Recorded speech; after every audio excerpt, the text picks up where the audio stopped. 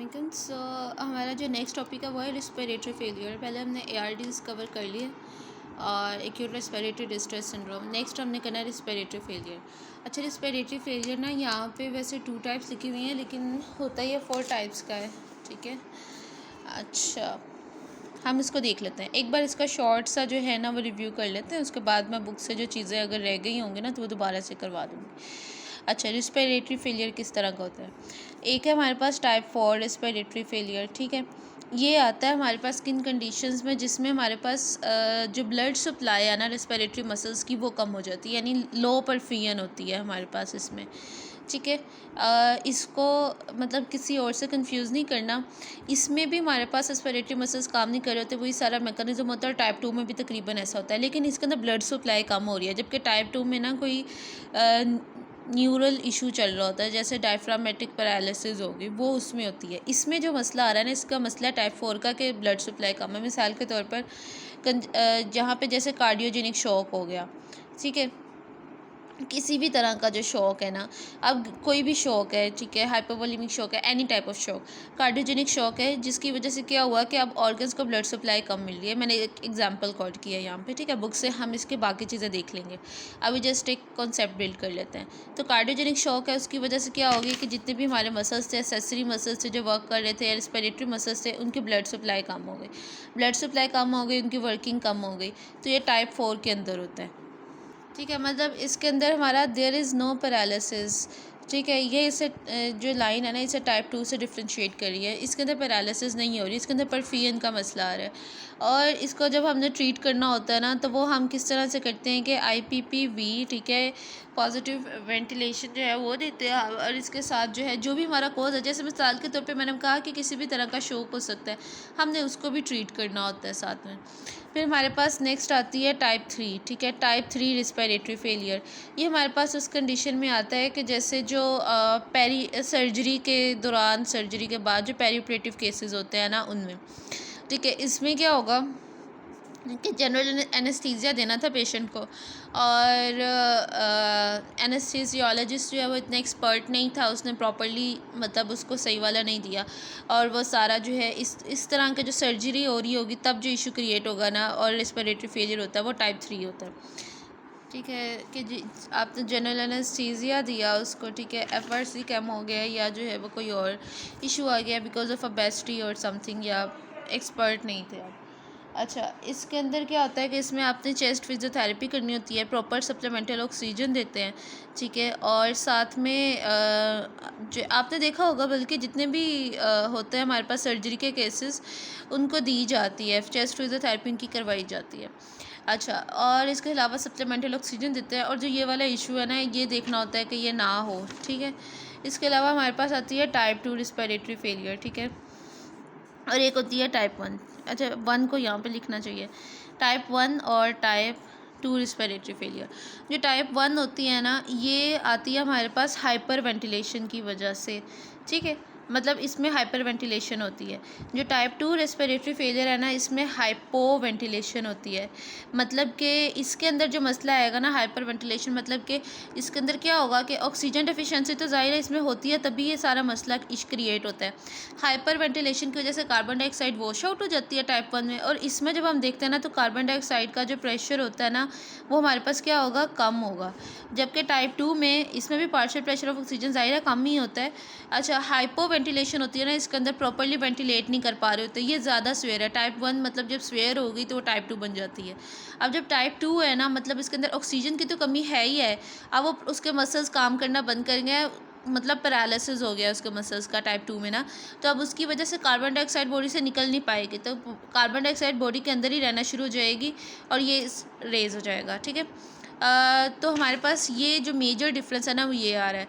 अब जैसे टाइप 1 है ना, ये हाइपर वेंटिलेशन है। ठीक है, जैसे मिसाल के तौर पर एज़मा है स्टार्ट में, ये इधर आएगा। अगर हम कहें स्वियर स्टेटस एस्मेटिकस होता है ना, जो स्वेयर एक्यूट एज़मा, वो उसकी अगर हम बात करें ना, तो वो टाइप 2 में आता है। ठीक है, इस तरह से हम इसके बाकी डिजीज़ में ना बुक से देख लेते हैं। तो ये मेजर जो है ना वो इसको डिफ्रेंशिएट करा है। एमसीक्यू पॉइंट्स यही हैं कि हमने टाइप 4 में याद रखने कि इसमें लो परफ्यूजन हो रही होगी, पैरालिसिस कोई नहीं होता इसमें। कोई शोक है, कोई वजह जिसकी वजह से ऑर्गन्स की तरफ ब्लड जो है ना फ्लो कम जा रहा है। एनीवे उसके अंदर जो है ना ये सारा इशू क्रिएट हो रहा है। टाइप 4 जो है वो रिस्पिरेटरी फेलियर डेवलप करे। टाइप 3 में कोई पेरियोपरेटिव केस जो है ना उसके साथ पेशेंट प्रेजेंट कर रहा होगा और चेस्ट फिजियोथेरेपी वगैरह करवाते हैं। टाइप 1 जो होती है ना इसमें हमारे पास हाइपर वेंटिलेशन होती है, ऑक्सीजन की कमी होती है, लेकिन कार्बन डाइऑक्साइड वॉश आउट हो जाती है तो वो ज़्यादा कम हो जाती है। टाइप 2 जो है इसमें हाइपो वेंटिलेशन होती है, ठीक है, और इसमें ऑक्सीजन कम तो होता ही है, कार्बन डाइऑक्साइड रेज कर जाता है। जैसे फॉर एग्जांपल इसमें डायफ्रामेटिक पैरालिसिस आ जाता है। मतलब इसमें वो वाला मसला है कि इतना ज़्यादा ख़राब हो गया कि अब उसके जो मसल्स है ना टाइप 2 में वो पैरालाइज कर गए, वो प्रॉपर्ली काम नहीं कर रहे, जिसकी वजह से पेशेंट हाइपो वेंटिलेशन की स्टेट में जा रहा है। ठीक है, अब अगर हम थोड़ा सा ना इसको बुक से कोरिलेट करते हैं कि हमने क्या मिस किया है।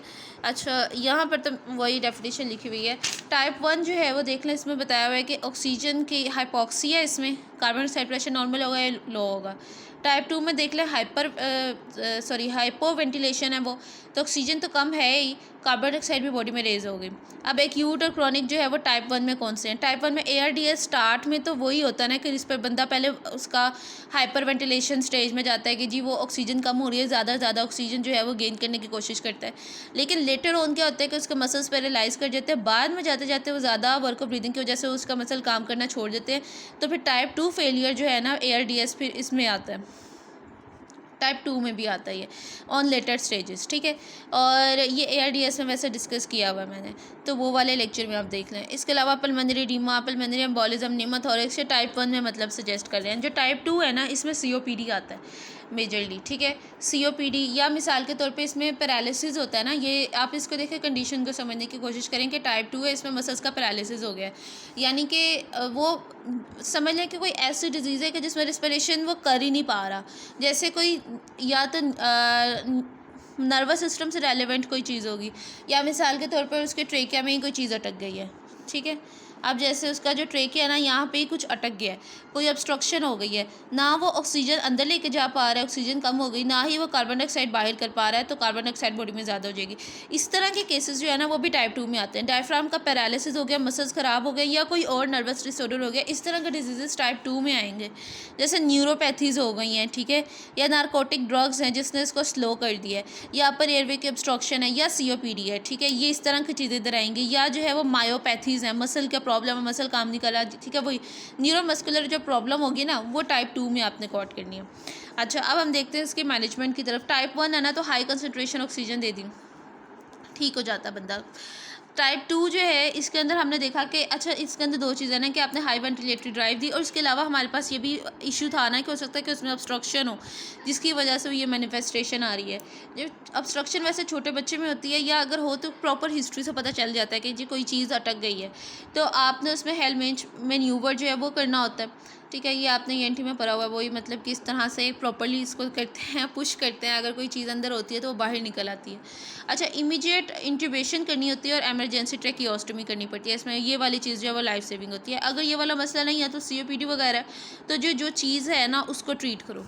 COPD के अंदर ना हम मतलब बहुत हाई जो है वो ऑक्सीजन वो नहीं दे रहे होते समटाइम्स, ठीक है, क्योंकि हमने उसको मेंटेन करना होता है चीज़ों को, और हम एक सेफ़ ऑक्सीजन इतनी मेंटेन करते हैं कि कार्बन डाइऑक्साइड वगैरह भी रेज ना हो, ये हमारा टारगेट होता है कि एसिडोसिस भी डेवलप ना कर जाए।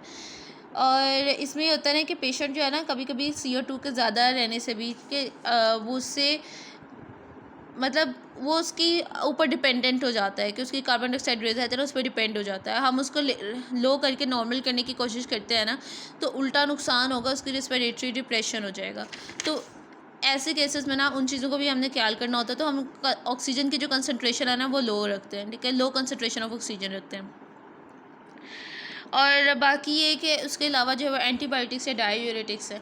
तो मेजर यही था कि जो इसमें आता है ना वो MCQ में जिस तरह से आता है कि टाइप 1 होगा ना तो आपने इसमें देखना है हाइपर वेंटिलेशन वाली चीज़ें, ठीक है। टाइप 2 होगा ना तो इसमें आपने देखनी है हाइपो वेंटिलेशन वाली चीज़ें।